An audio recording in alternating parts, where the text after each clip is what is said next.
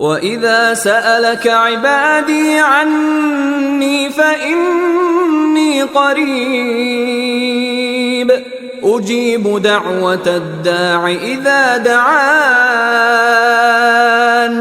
فليستجيبوا لي وليؤمنوا بي لعلهم يرشدون.